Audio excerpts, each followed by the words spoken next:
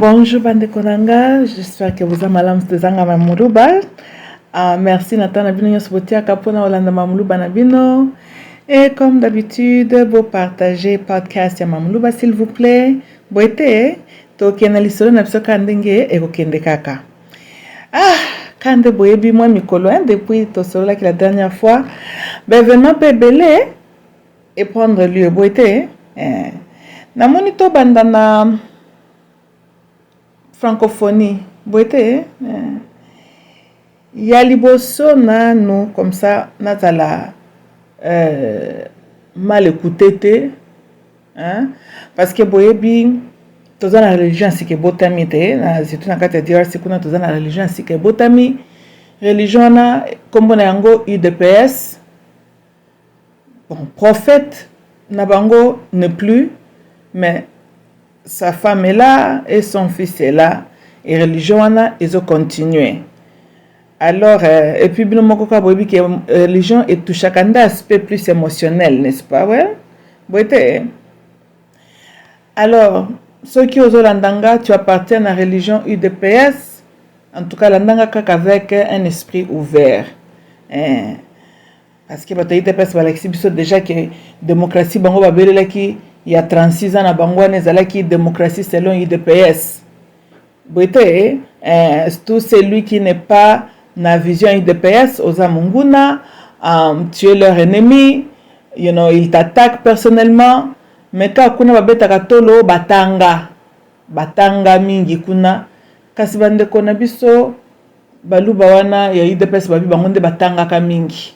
Bon, vous savez, le Congo a été colonisé par les Allemands et puis les Belges. So, I suppose, peut-être, batanga kanena ki flamand, oui. Tout ça qu'il faut comprendre leurs émotions. Félicitations na bas sportifs, na bas artistes nyonso. Oba qui présenté biso leur talent pendant festival Oyoya francophonie. Donc, vous les artistes, les sportifs, félicitations à vous. Parce que vous travaillez makasi pour na kokoma et sikawana. Félicitations aussi na ba Congolo bateki ba talent na bango pour na ko présenter biso les images que nous avions vues. Félicitations, c'est très très bien, ça démontre que les Congolais ont aussi une imagination, un cerveau et la créativité. Ils peuvent accomplir quelque chose si seulement ba dongolomeso qui sont les banamères ya Tshisekedi batiki mboka na biso tranquille, peut-être le Congo pourra exploiter ou bien mettre en jeu vraiment toutes ses capacités. So félicitations na bandeko wana. Sikoyo toko tape na anglais mususu makambo francophonie oyo Quelque part Mamuluba aimerait voir un jour religion na UDPS avec leur leader Senga France a organisé l'Ingalaphonie. Bomoni bongote. Parce que quelque part la francophonie est pessi lokola que néocolonialisme est vrai, ezananka coexister et moi je ne comprends pas pourquoi l'Afrique continue comme ça la homage na impérialiste. C'est au-delà de moi-même, je ne comprends pas. L'obito différencier makambo. Les sportifs, les artistes, eux, n'ont pas un problème. Ils ont battu bénis par les divins avec leur talent. Ils ont entraîné, ils se sont disciplinés. Ils ont présenté sur leur talent. Bango, ça là, ce n'est pas un problème. Mais les Kambunanga Pezali, le titre, il y a Festival Wana. Le titre là, le nom là, la francophonie. Quelque part, tozali pe ko ça la homage, tozali ko reconnaître qui. Il y a la France derrière la francophonie. So quelque part, we are still paying homage. Na système impérialiste là. De ce côté-là, je suis inquiète. J'aimerais voir la France faire l'exception fair play. Bango pe kuna basalisa linga la phonie. Et là, comme sous peu zali que bande konabiso ya religion UDPS. Bon. Boyebi ma francophonie, j'ai compris finalement pourquoi les Balouba de IDPS aiment manger les chiens. Parce que, pour la bango zalaki nostalgie, ya bamboa oyo ba Belge ba bande ko ya na bankuna na Congo na Mbujima ikuna. Mais tu l'as outi Belgique kuna, n'est-ce pas? Et il faut la nostalgie, ya ba berger allemand nde salakie tolanda boyebi tango ba Belge bazako coloniser biso ba kana batala bamboa ba santé. Siko bomoni ba lubo ba ngolia bamboa munyinyi wa mboa soki pe le chibelebele na bangwana.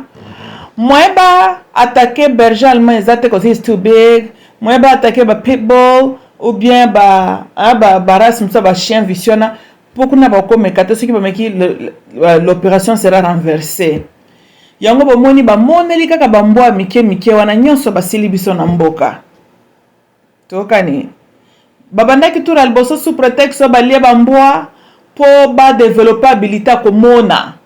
Mais nayebi te bandeko nanga bozana eloko bosi bomoni baluba na IDPS bamoni eloko ni bango basi bamoni awo soki kolia mbwa epesaka bato habilité à clairvoyance nde aucun bato na IDPS bangeki base retrouver bawewa non plus banga baza na temps kotelemaka na sa nzete po miso elingaki ezala ese fungwama bango bamona ke barula bango pendant 36 ans pas sphinx na bango hein?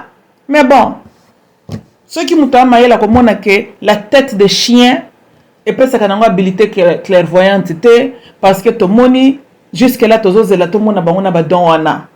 Donc bambwa wana baliami kaka pamba baliami kaka ofele a pamba. To landa na base ceux qui mentalement to longwe na mentalité à kopesa ka hommage na ba colon na biso posa kolia ka bambwa wana pe kosila bango. Parce que ça bizaleli c'est lié tina bamboa ba belge allemand kanda wana sikoyo pour moi balia belge allemand ezate moi balia pitbull ezate na kanda wana nde bazoko liaka ba chihuahua hein tu bamboa na mike nde bazoko lia bango mais bon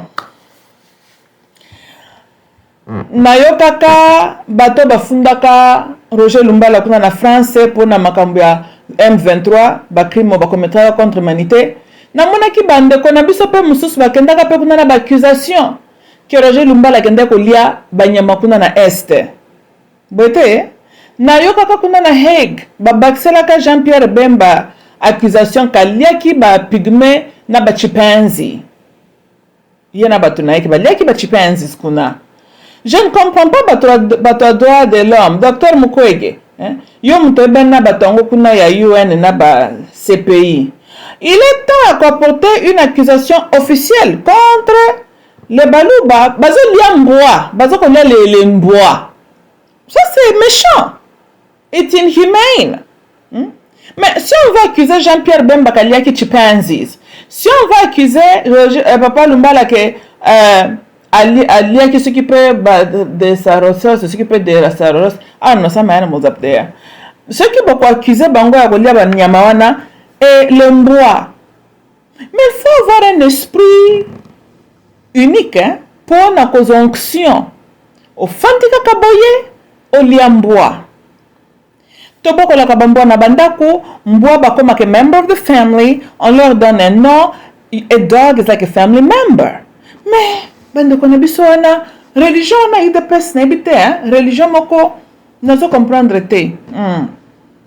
Mais batu bongo sala ba rapport na UN. Il est temps bossa le rapport que bamboa le droit des chiens bamboa bazoko baliami mingi.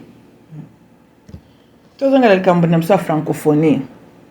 Bomoni bongo batu soki influencé par mboa. Moi ba raisonner pe sous malamu ezate. Yoka raisonnement il y a un homme qui a mangé le mboa. Balobi fachi béton. Ki béton wa nini? Pona j'ai la francophonie. Na bandela likamna oti koloba. So yanka silisi kolia imboa. Tangwa silisi. A teleme alobi fachi béton. Tango tuni hwai béton. Oh francophonie. Nani facha sali lokumu ya mboka. pour na festival ya francophonie. UDPS bolembisa mwa muke na kolia mboa bolembisa parce que ezomema bino na nzela moko mabe makasi vraiment ezomema bino na nzela mabe bolembisa nano bolembisa quand on mesure la competency il y a un président par rapport à une fête, alors ce peuple-là a un problème sérieux. Tokani ndebo moninga nazo pesa diagnostic problème wana eza résultat kolia bambwa boete kasi za lokola ba chinois kuna tangu balielie ba chauve-souris basilisi bayebimisela biso covid-19 boete covid-19 ekutaki kuna mpona ba chauve-souris wana bango baliaka wana ti right sikoyo tangu bandeko na biso ya religion UDPS baza kolia bambwa jour et nuit. Of course il faut baya na ce genre de discours parce que mitu tolanda so nalingi na comprendre likambo bien. GDP à Congo l'aiguille n'a pas bougé. Taux de chômage na groupe ya bano yo il fallait qu'il base à la future na biso lobby bano entre âge de 18 ans ti 35 ans bazana na makasi na nzoto. Taux de chômage na groupe wana na ce groupe de population nezaka trop élevé, n'est-ce pas? Wana tomoni esika Chilombo asali progresser. Chilombo alakaki bato na ba campagne na ye qu'il mettra l'homme congolais au centre. Toyebaka te que centre ngweza kinde centre ya bazala reconnu comme le premier consommateur de chiens. Tozolanda parce que ce que zali kambu ya economy Chilombo 0 sur 10 azana chije ngunaye. Ce que za que taux de chômage ekiti, right? Kotona tomoni improvement te. Bete ce que zali kambu ya Congo DRC ezali ko exporter plus que ezali ko importer tomoni progresser. Ce que ezali kambu ya Congo est en train ya ko tilt mabele na ye moko tomoni progresser. Ce que ezali kambu ya ke Congo esali advancement na technology and science tomoni progresser. Ce que ezali kambu ya Kinshasa to bandana na capitale que la ville est allumée et qu'il y a l'eau. La population a accès à l'eau partout parce que nous avons une grande fleuve tozana lac. Il n'y a aucune raison pourquoi il y a d'autres coins à Kinshasa l'eau n'arrive pas. Tout le monde progresse. So pour moi je pense que ce qui est allé comme glorifier un leader to glorifier kaye pour na ba progrès o ezali sustainable progrès o ezali que réellement ezali ko aider biso pour na to avancer liboso. Si on doit glorifier quelqu'un, lui jeter des éloges à cause il y a une fête boyée, alors il y a un problème sérieux bande konangai. Il y a vraiment un problème sérieux. Tozo kana pour nini surtout ba religion il y a UDPS. Kaka bango mutu ba justifier ki Chilombo comme président parce que papa naye a lutaki entre guillemets. Yeah, of course papa naye a lutaki pour déstabiliser la région de Grand Lac. Là je suis d'accord avec vous. Bien sûr son père a fait une lutte. Tout le monde n'est pas conséquence à lutte naye wana. Mais nite sa démarche là diabolique. Ndeto sola kama solo to sola kalelo ta boete. Balobi bango bakendaki classe batangi ko bandana na ye moko sphinx na bango ata livre akomelaka biso te na ba droit na nyonso akende ko lokuna na levenium sel makambo toyebi alobi ezaka biloko mibale. Arrêtez-moi monsieur Désiré Mobutu bareta payete. Arrêtez-moi monsieur Joseph Kabila bareta payete. Na makambo ne article 64 là. Je ne sais pas, nani mutacha article en exécution. Là, ça a checked. Il est allé mourir là-bas en Belgique. Tolanda. Natiki nanu tosio nanu mamu kena kozongela. Natala nanu aner. te na continue na UDPS namoni ba journaliste ya religion wana parce que UDPS n'est plus un parti politique, ça on doit le reconnaître. Non, parce que un parti politique fonctionne na quelque part, il y a logique. Tolandi, hein, veut dire yo za pour loko ngana za contre loko wana, c'est comme ça, c'est ça la politique, c'est wana. Mais na religion groupe, hein, groupe définition église c'est ça, un groupement abatu, n'est-ce pas? Ce tango batu ba se unir et leur argument est fondé par une émotion quelconque. Je pense qu'on peut définir le groupe wana comme groupe moko religieux. Parce que tango batu wana bazali ko permettre idée qui s'oppose à eux te. Tango bazali ko permettre voix opposante te, baza intolérant. Ça, ce sont les caractéristiques de mon bateau bazalaka qui tiennent leur religion vraiment très chère au cœur. They don't want to hear anything else, n'est-ce pas? So, yangonga inamoni ke UDPS soki e bandaka parti politique mena moya lelo awa tozolo bana 2023, ce n'est pas un parti politique, c'est un groupe religieux. Leur comportement est un comportement batu religieux. Deux caractéristiques de mon surtout na ba religieux zakanine. D'abord, bazaka maël était. Les deux, baza intolérants.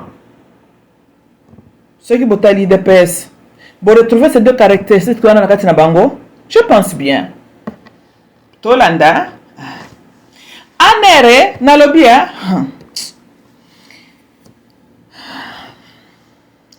biso Congo, et à Kapasi.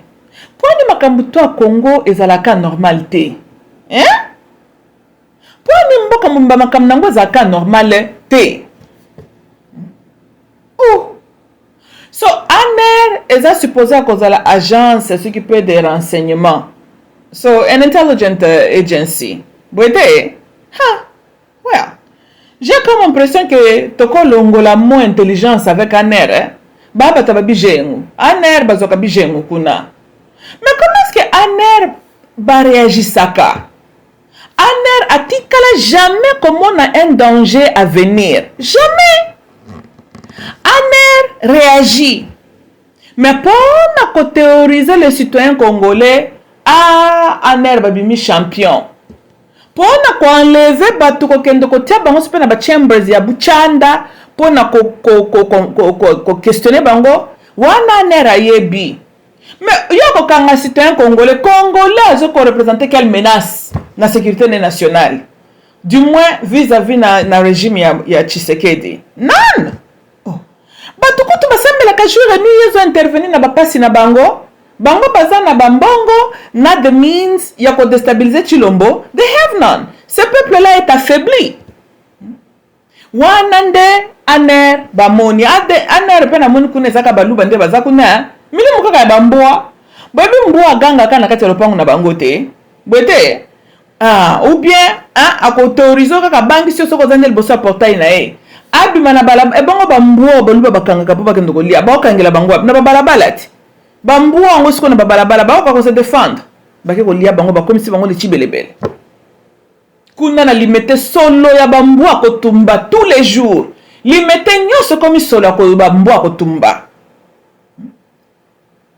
naza comprendre te ko repentir ville mobimba Kinshasa na solo bambuo quelle idée. Quelle idée! Kimbuta tikaka Kinshasa sale. UDPS ba kotia Kinshasa solo ya mbwa. On me dit que tout Kinshasa est comme quand na solo ya mbwa. ANER yango bino bozalaka na service de renseignement ya bino zakande nini? Ube bosela ba pareil ya antiquité. Kulokola ba phony oyo ba cousin na bino wana ya bo baliaka bambwa babanda osela à l'époque. À vous, à moi, yango bino boyebaki ko détecter te ceux qui s'assument de ça la complot contre le Congo et na Rwanda. ANER boyeba ko détecter bloko wana te.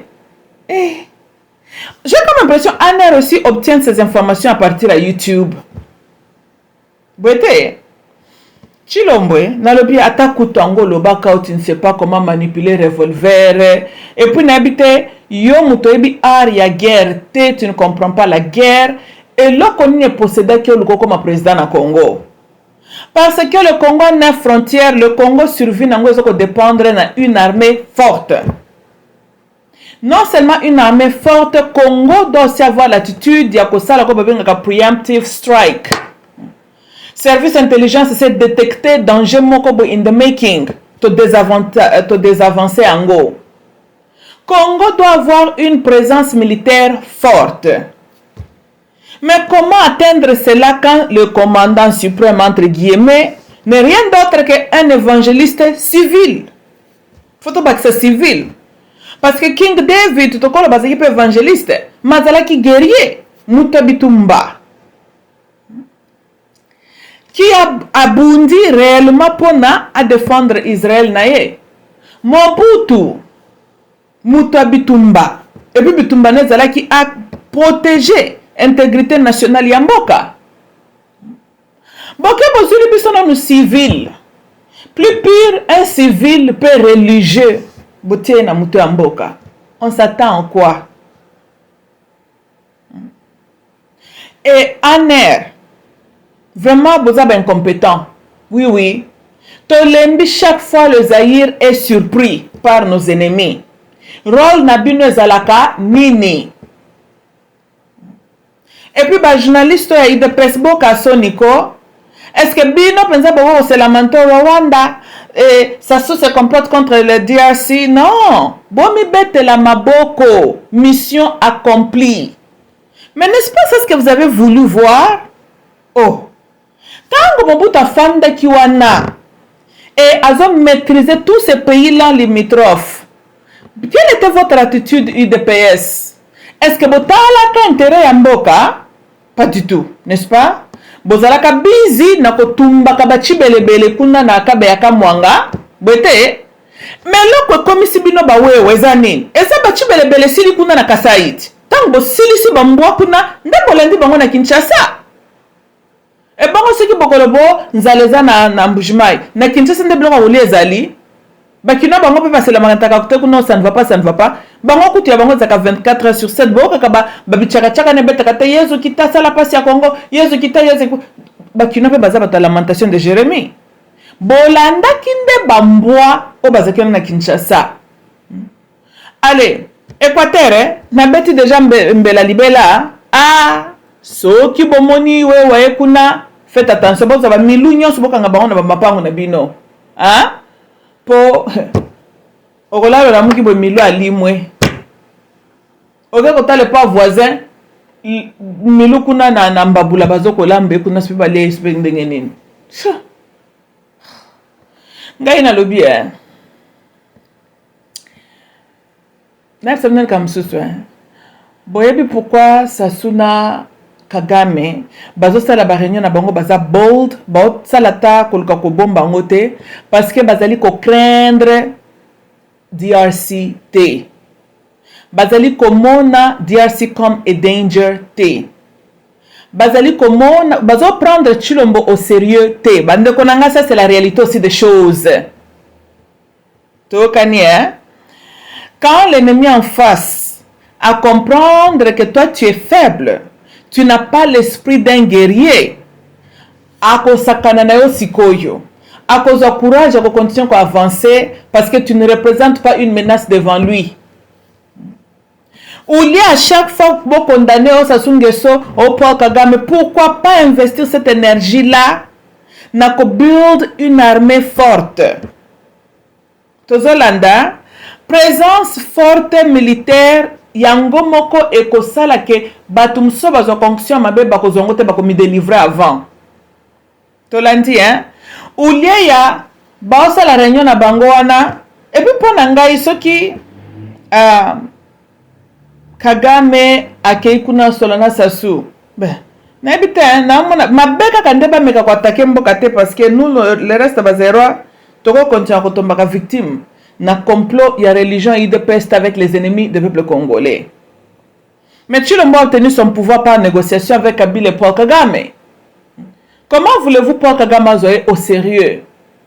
Chilombo a signé des accords au normalement ezali ba accord moko invalide. UDPS makambo ifala ki botiaka énergie na bino eza yangoyo. Paul Kagame abeleli awa accord. Hein? Admettons que c'est vrai, admettons. Dans le but que Zabongo, mais même si c'est vrai qu'il y a un accord qui existe entre lui et Chilombo. Mais cet accord-là a été signé quand? C'est un accord qui n'a pas été signé avec the approval. Il y a Congress. Il y a Sénat de Bobengaka. Boité. So, c'était un accord quand Chilombo a dit que c'est la campagne électorale. Et pendant la campagne, Chilombo était un citoyen privé, local la Binonanga.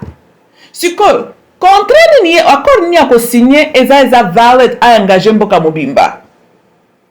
Tozolanda, wapi batu batanga ba droit, wapi batu mayele, balobela Kagame akende bakende ko cheke bongo na e. Tolandi il n'y a pas un accord au yakolo le rapport l'accord n'est pas valide. Tokani, the moment que Chilombo était devenu président, qu'est-ce qu'il a signé en tant que président? Qu'est-ce que le gouvernement congolais a approuvé? Then, peut-être l'argument. Mais tout ce que Chilombo a fait avant comme président, ce n'était qu'un citoyen privé. Et bon, ce cas où il y a élection, mais supposons qu'il était. Sikoy, Tolanda. Mais Kagame a courage de sakane la biso bongo parce que il ne voit pas un homme fort en Chilombo. It's the perception bande konanga.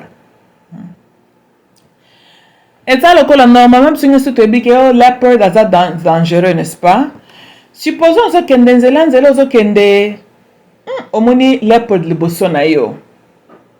Mbala moko otelemi ko freeze, otala soki moyo ki mezali, ça serait ça une option. Ou bien bandi déjà ko sala ba confession no ya suka po ebiko ki la mukela de l'autre côté, n'est-ce pas? Supposons après nous sommes au Tokyo, lembi, titi, au bête la prière 10 minutes leki, au fond la mise les produits que skazala kiwana. Oh, maintenant tu te rends compte que ça ne va pas. Au bout du courage, au bandit ko pousse na malembe, tu te rends compte que leopard n'a pas les dents ni les ongles. Tu l'as dit, hein? Ce qu'on a moutou normal. Au Koloba, c'est pour cela quand tu priais, aucun ange est venu intervenir parce que Nzambe pas monaki. Il n'y avait rien en face. On va gaspiller la prière na yo. Mais pourquoi tu as fait tout ça là? Parce que perception na yo, ezalaki que tu étais devant un animal capable ya ko dévorer yo en morceaux. Tolandi hein? Perception. Tokani.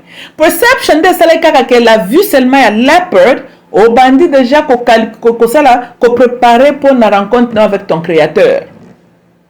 Boité. Same thing. Quand tous ces pays-là, à l'époque du Zaïre de Mobutu, bazalaki na the perception que le Zaïre était très très fort, bazalaki ko zonction buzo boyote. Et puis une des choses que Mobutu avait, ezaki makasi son service à renseignement, ezalaki très très efficace. Mobutu kept up na surtout ba pays toi na limitrophe, azaki vraiment bazaki na radar na ye 24 heures sur 7. C'est comme ça, Salamaka. Et en réalité, même si l'armée zaïroise, force armée zaïroise n'avait plus des armements convenables, en grande partie aussi grâce à la lutte, il y a Tshisekedi le père, à lutter qui contre Mobutu, si Zaïre embargo, Toko Somba Mindu Kite, merci Tshisekedi le père, Moussala Mala Moussala Kibiso Angwana. Mais les autres pays là non bango ba bakate que biso armée za ka faible za lokola yo kuta na lion mo yebite ke lion na za suna minuta na manzaka te tolanda yo hôtel mo bandi ko sala ba prière na yo comme ko tala ndenge nyoko ko échapper tout tokani mais c'est le comportement ya lion mon kanda telemi na to comme ko sala ba geste ko éviter yo ndeko tike na kati no ke y a quelque chose qui ne va pas parce que leopard a se comporté au contraire de sa nature. Under the circumstance. C'est la même chose. Quand M23 Rwanda, Bameki, Bakotipe Namboka, se sieste, s'imposer dans une ville au Congo. Bamboula pe bandi koleka. Vozo la bango banga au kende ba réunion na Brazzaville pourquoi? Est-ce que quand Rwanda regarde FARC, bazomona une armée forte? I don't think so. Tango bazotala Chilombo, bazomona un leader? Pas du tout. Paul Kagame, lui, c'est un militaire. Il fut militaire. Mais Chilombo ne l'est pas. Bon, maintenant, Massa, c'est ce que Chilombo télémène, nabi Bob Mekanan, nabi teke le fele, Bob Kata en l'air. Bon, moi, de Chilombo, quoi évanoui? Alors, ça a un réflexe à Koluka Munduki, Yemoka Betate. Alors, pas nabino kayeba tanenge ba manipulaka revolver te. Yemoko na un esprit wana te d'un soldat. Si ko bolingi ba soldat babanga ye? Non, pas Kagame est un soldat, soldat zaka soldat. Kabila veut moi c'est un soldat. Mais bah yebi que devant eux ils ont un civil. Et puis soldat et puis que civil n'a pas ce que ça prend pour bah tiens pensa no kita solo. Si tu l'as abandonné chez Zwana Noki à Tamboli, il n'a pas fait un esprit wana na kati na ye. Il n'a pas été formé ya koza un esprit wana. Bino baso mon homme dans de 50 quelques qui ko se register na kati armée, bonzote. Pour âge ko former aussi l'équipe. Yo commande mutaba théorie. Chilombo ta boyelié ba généraux, tout ce qu'il peut faire avec Chilombo ça ko pese ba théorie. Voici ce que nous pensons, voici. Et based on that information, Chilombo prend des décisions. Ça peut tenir, tout comme ça peut aussi ne pas tenir. Parce que Chilombo moko ndenga azana na expérience ya hands-on ya bataille te. Ayebi ndenge balata ka uniform, combat uniform te. Ayebi ndenge babeta ka munduki te. Ayebi ndenge soda bata makana zamba te. Ayebi ndenge ba parachutaka te. Ayebi kotala makamna ba manuvelle te. Ça, on doit être réaliste. He doesn't know that. Chilombo bazali ko dépendre na ba rapport bazali ko pesa ye. Mazo comprendre la réalité sur le terrain te. Tozolanda, non, remarquez bien, un président soldat a une autre perception. Il y a guerre qu'un civil. Tozolanda, non? Voilà. So, Mobutu azalaki la na expérience on a ya terrain. Tozolanda. Même Laurent, malgré na kibi rébellion na ye, mais ayebi qu'est-ce que c'est kozala sur le front, na kati ya bazamba. On entraîne civil koko masoda et zalaka pona ko casser kibu civil en toi. Boité. Mais attendez, on peut prendre les armes, on donne à n'importe qui, même à tout le monde noir américain, du monde qui betambato. Ça, ce n'est pas, je peux comme tout le monde faux esprit, n'est-ce pas? Mais un soldat, quand il a la guerre, ça, on doit former l'esprit des soldats en toi. Tolanda. Civil, soka yoki massa, c'est local bossei, couché par terre. Ok, bita bandi ko kumisa, abandi sambela yezwe na kufie yezwe boy. Les deux les a réaction soldaté. Soldat soka okilo kito réaction normale zanine. Wap munduki na ye. Tolanda. Soldat banga ko affronter de danger te. Et puis aza toujours na loboko pene na munduki na ye. Il a été entraîné ya ko réagir bongo sous stress. Yango komona jeune so akoti normal le kaka période wana ba boot camp na bango wana. Ola mkaka 4h du matin, ok, ce qui peut vous salir ba pompage, au pakati bambangu, au sukoli ba maya malili, mutumoko gangela kayo yozo msaka. Yes sir. Hein? Koke na babile la te, ba bazaka faible d'espoir comme ya wa mami. Kasika na bosila nit babengani yo, n'est-ce pas? Babandina na ko kobolona nusuki wana kwa fumoko nanu, aucune ozalata na copine te na ba kwa fana ba osala yo. Aussi les choses au salut exercice bagange la kayo puis otanda kambeto tu as quelques minutes à kotanda mbeto na parfait et puis à déjeuner. Besoin de la discipline wana. On te fait tout ça là pour nini? Parce que ceux qui batinjo na champ de bataille kuna mami ya kozala te pour lambela au fufu. Tozolan, kuna ta copine, ta fiancée ne sera pas là pour lambela yo. Kuna c'est un autre monde. L'ennemi en face objectif faisait bomayo. Tozolanda. So, c'est un nerf solide. Le courage et bien sûr stratégie en toi qui va te sauver yon équipe na yo, bataillon na yo. Tokani. So on ne peut pas avoir un soldat na front, azanon na ba nostalgia ko, let me call mommy. Okobomi sabaningati. Boite. Bazo traîner yo zoko kima na ba poto memi ba sac na mbukongo zo nyonso na za pone parce que cause la na guerre vous retrouvez na zamba. Il faut kima na ba zamba. Butu pe ko komela bino wana. Il faut apprendre survival skills. Tokani. Vous voyez, et ça, ça s'apprend. Tolanda, civil, azana ndenga réagissaka devant un danger, soldat, azana ndenga pas réagissaka devant un danger. Le soldat a été entraîné. Civil n'a pas that training en lui. Bino ba ndaka prière na bino ba chrétien basala ko yeza pesa ngai victoire. Ba betanon quelques balles na ville Kinshasa na boko mona passer mtali bossa pakati mbangu. Si le pédiatre ici, le fameux pédiatre qui aime déverger les gens dans les voitures, comment il s'appelle votre évêque Mukuna. C'est tout na batu. Ce qui m'a sensé les liens, wangai mutali bosona kiminga ina kufa pona yo.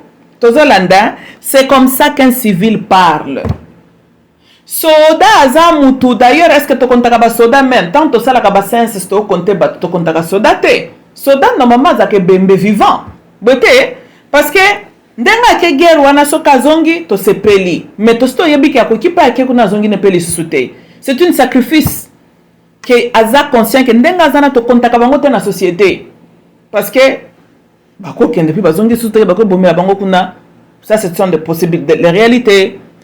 Et puis soda yebiki pour école na ye, c'est ça le sacrifice, c'est ça décision azwa ki kako défendre mboka na aza prêt akokufa pona drapeau mboka na ye.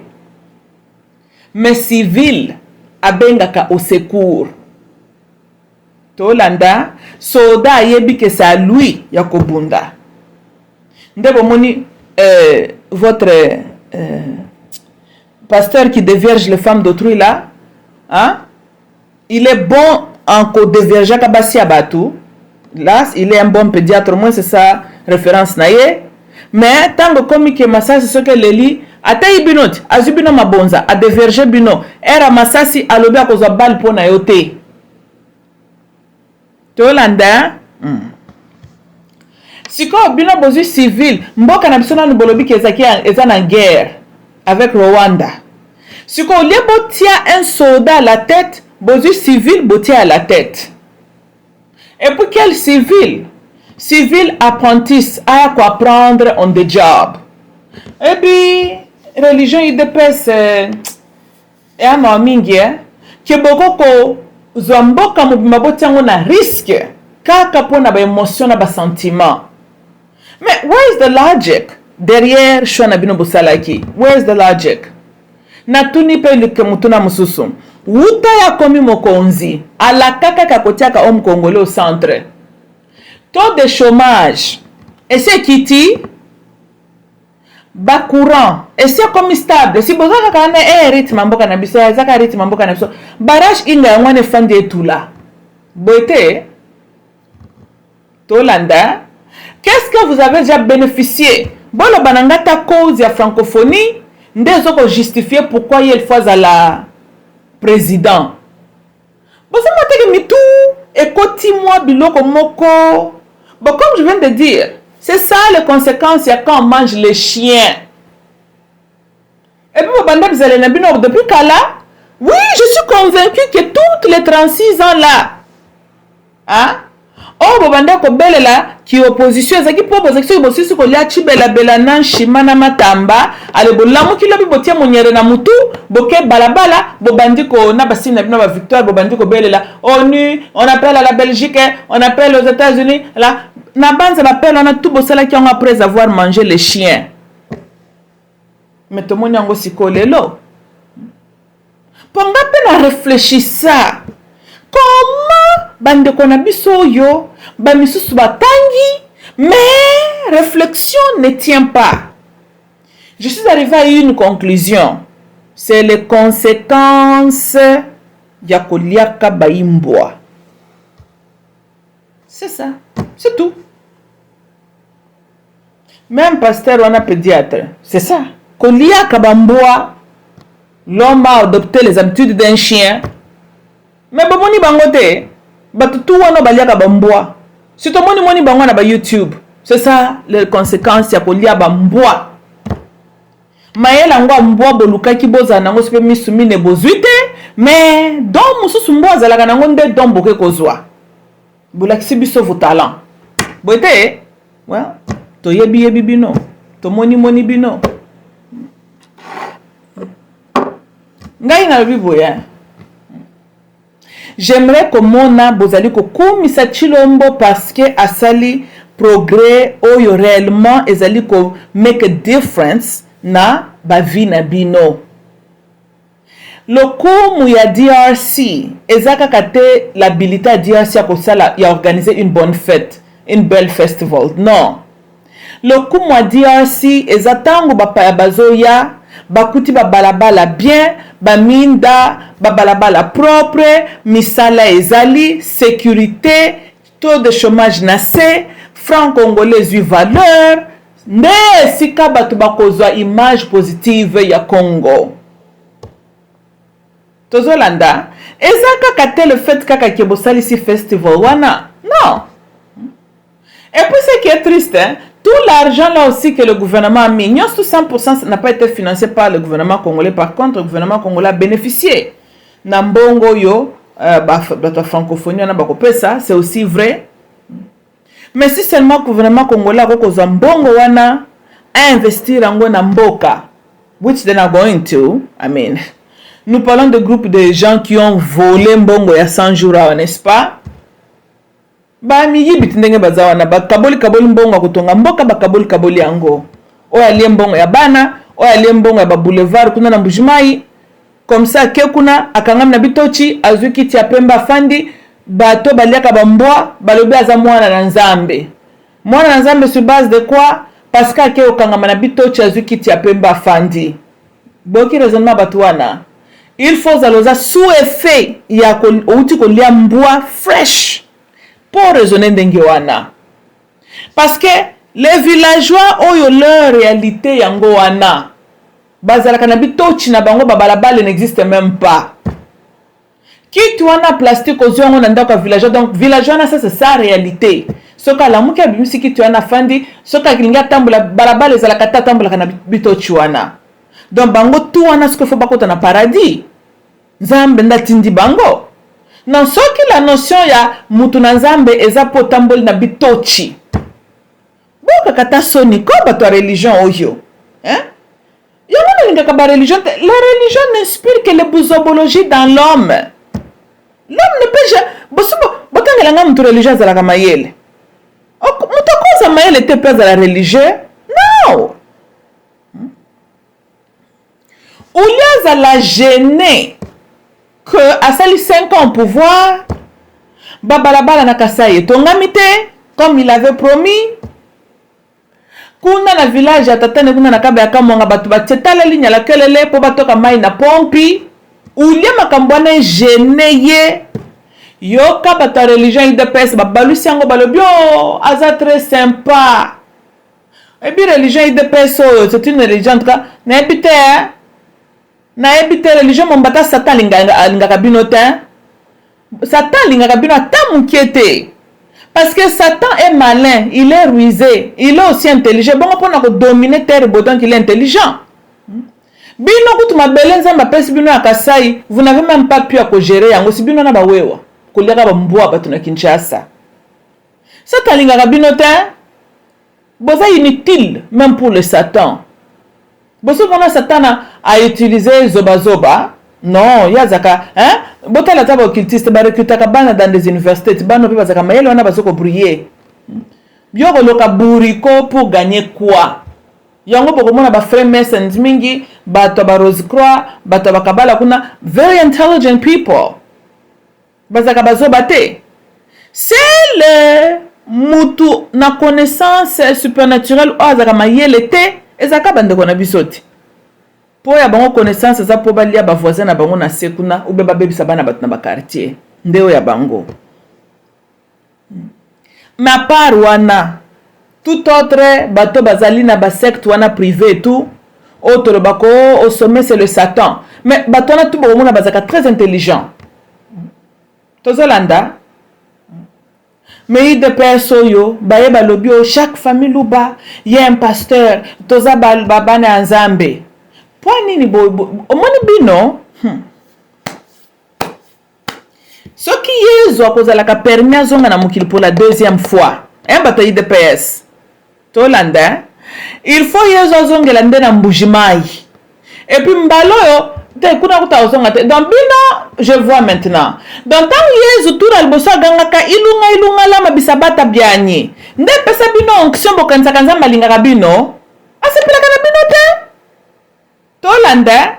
Ponga nandima ke yezo yaki po na pe biso mbalo ya abelela matondo ce qui peut faire ça on a ki kongo za la kanini bilo on a kenda ba ilunga nde bonction bozana ngwa mabewa bozo kanisa que vous êtes spécial aux autres peuples mais ye idole na bino babeta kieti boete idole na bino aliamu tutu comme il faut ye wana kanga mikuna bisika kenda 2000 ans.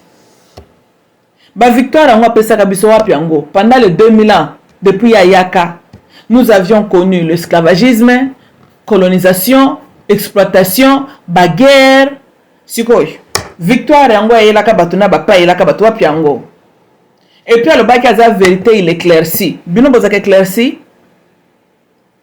to gagner le comme côté ezama mingi. Mais IDPS, bozoka courage ya ko critique kate.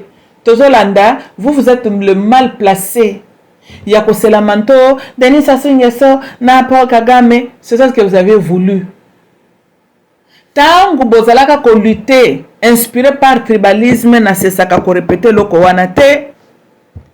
Soki lelo toze sika tozali c'est à cause mitema mabe. Oh yo bino bato IDPS bozalaka nango. Vous êtes des grands séparistes, hein, bateau bango séparé bateau. Boza ba tribaliste. Oui. Saviez-vous que toute tendance à diviser le peuple congolais ou taquer panabino? Et là, quand bino boyinela ka Mobutu premièrement, c'est à cause ya tribu. Oui. Si Mobutu était Muluba, ndafandaka na pouvoir wana. Mais regardez votre fils, même quand il fait des conneries, tout le monde a vu. Qu'est-ce que vous faites? Vous protégez sous prétence machahamoumeno. Tozolanda. Donc même quand votre frère est en erreur, vous allez couvrir. Et Mobutu qui avait aimé son pays, na banza soka zaka muluba, Mobutu ngaka kufelande na kitika ya bokonzi. Tolandi hein? Mobutu a été livré na internationaux par vous. Bandeko na biso Kasai bato IDPS. Mais quand votre sphinx zaki ko tambola azoko plaidaka na ba impérialiste oh yo bango nde batiaka Mobutu et tango azokende pa na bango butu moi il faisait quoi? Il était en train de livrer son frère, n'est-ce pas? Mission accomplie. Maintenant que l'armée était fragilisée, maintenant que la Paul Kagame ba Museveni bazu onction ya ko sala ce qu'ils ont fait. Bino bozo se lamenter pourquoi? Bomi bete la maboko. C'est le regret na zala kanango. Ezaka ke Paul Kagame apparemment a ebi carte ya Zaire te. Soki batuti bozo kolanda ngai. Botali sa Paul Kagame esika kabeya kamwanga ezalaka. Boyebisa ya bimakuna na est.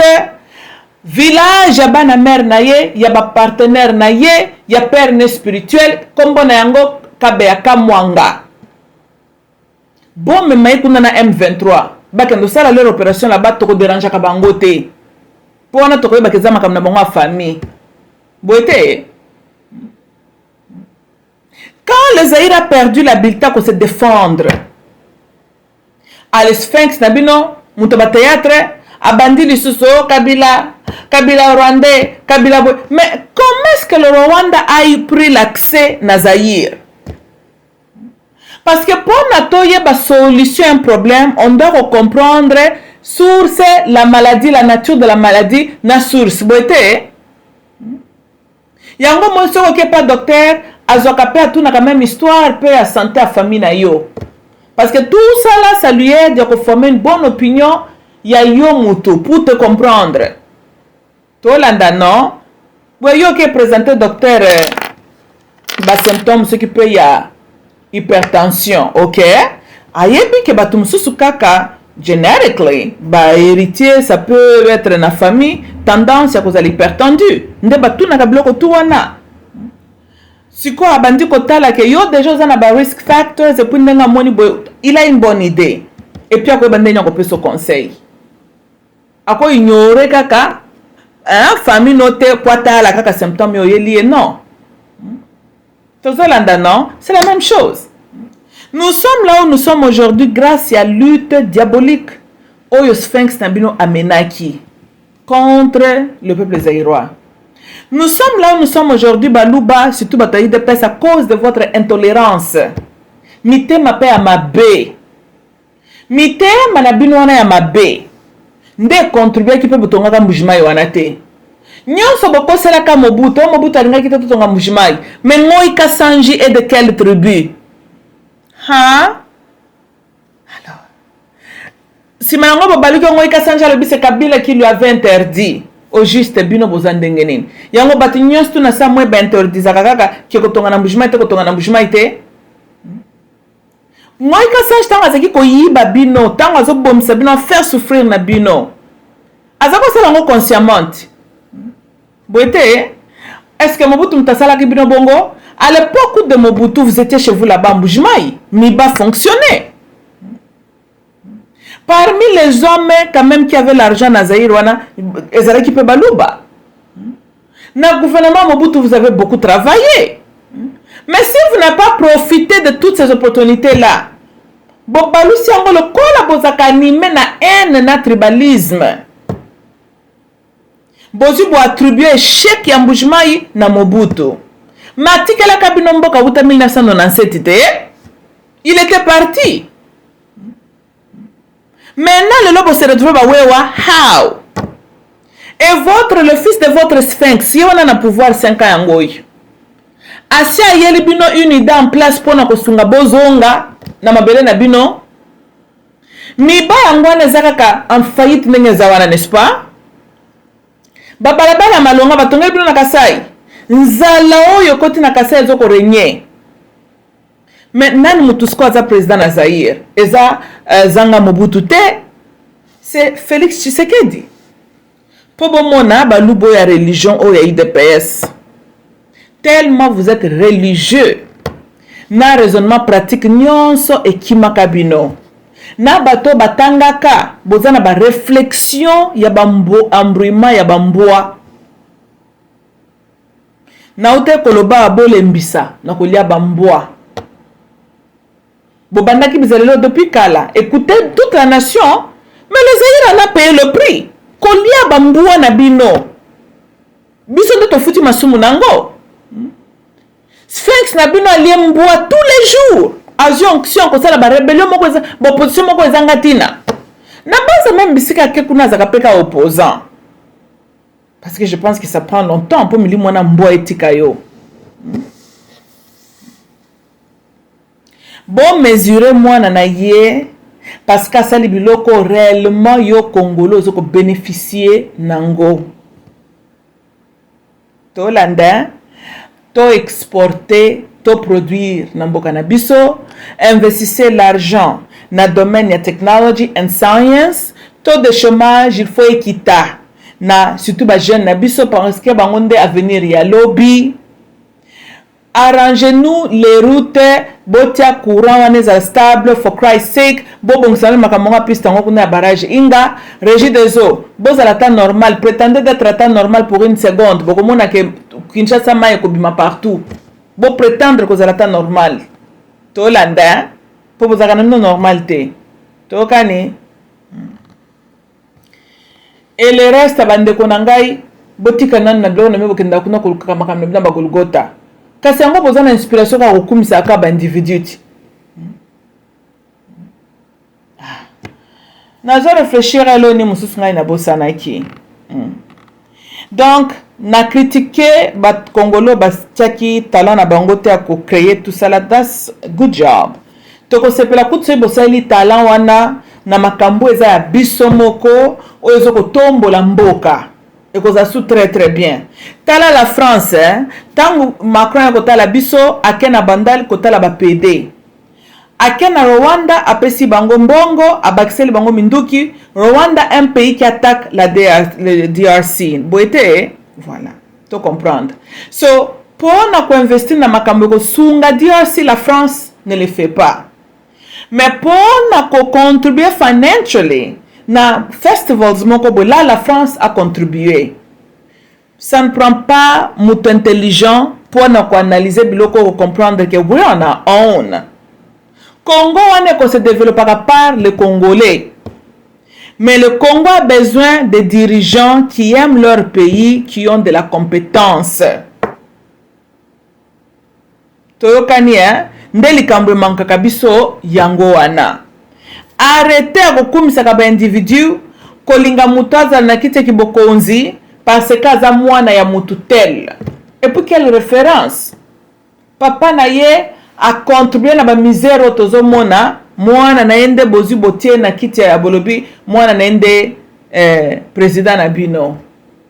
Et vous vous retrouvez toujours ba wewa bosali ba exode dans votre propre pays bosali exode. Baninga na Israël babimaka d'un pays baké vers notre pays. Oya bino exode bosali de votre village natal à la capitale. Mais posaka na kati ya Zaire. Boka sonite wana nzela botambola likola ba we wana bambwana bino. Boete Nangina clôturer na kopesa félicitation na jeune président ya Burkina Faso.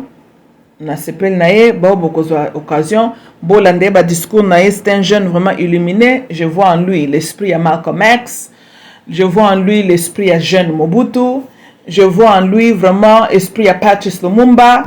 Soki bazala kata 5 na moya lelo on allait espérer grandes choses. Na ko encourager bino lisule bosala ka ba débat inutile na ba YouTube na bino bolanda mutuloko la ye bolanda ndeko na biso pe Julio Malima ya South Africa ba débat bokosa na ba YouTube yango yo ulie ya oh mboka fachi beton bo yo congolais mboka na yote.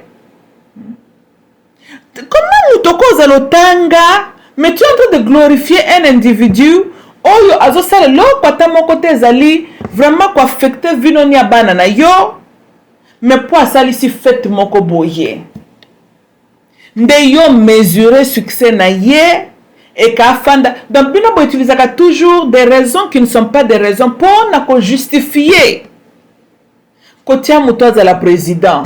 Ça c'est quel genre de peuple qui n'apprend pas de ses erreurs? Qui te côté bozo sala to perdre espoir et yo aner arrête de terroriser les citoyens congolais. Sala musala il fallait que sala yo ko regarder Rwanda na radar na yote parce que Rwanda peut tirer attention à nous. Bino peut tirer attention à Rwanda. Boko tirer attention à Denis Sassou Nguesso et puis Chilombo sala base militaire ya makasi ezala côté kuna tozana ngona frontière na Pointe Noire. Présence c'est une forte base militaire et qu'au deter prochain président aux onctions il y a na Brazzaville pour nous comploter contre nous. Tolanda on doit avoir une forte présence militaire. Faites-toi coup de au sel c'est francophonie si votre ba sekande biso babita la peuple bakufi plus de 8 millions. Nous allons pas chômage pas insécurité pas mboka na bango za menacé mais bango kuna bazoko host francophonie kaka ndenge bayebela bino peuple alingi kaka ambiance na ba distraction ozaki kutata moment ba francophonie angote le pays est en deuil. France ceux qui Congo sengi toza la besoin d'assistance boy France attitude nezalaka nini tozolanda Okay, bandeko nangeza lenga mamuluba. I love you all. Bye.